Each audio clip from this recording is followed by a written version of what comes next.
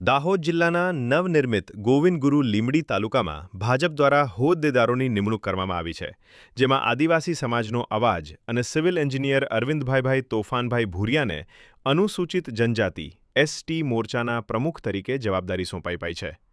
અરવિંદભાઈ વર્ષ 2021માં સરપંચ પદની ચૂંટણી લડ્યા હતા, જેમાં પરાજય છતાં તેઓ શારદા ગામમાં વિકાસ કાર્યો સાથે જોડાયેલા રહ્યા.